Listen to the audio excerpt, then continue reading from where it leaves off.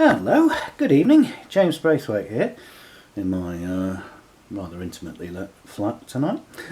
Anyway, the reason I'm doing this now is because unfortunately I set my camera too high when I was actually building my toolbox that you see here. I have added handles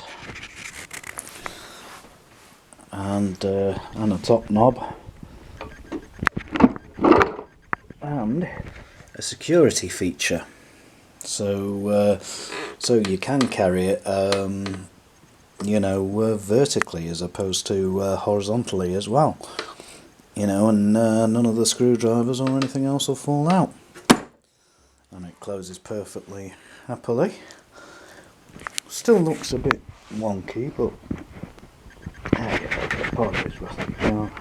I'm debating whether to put another coat of worktop oil on it, but I think it's quite brought out the the sort of rough grain of the pallet planks that I've been working with. Okay, I hope you like it. I shall see you in the next one. Bye.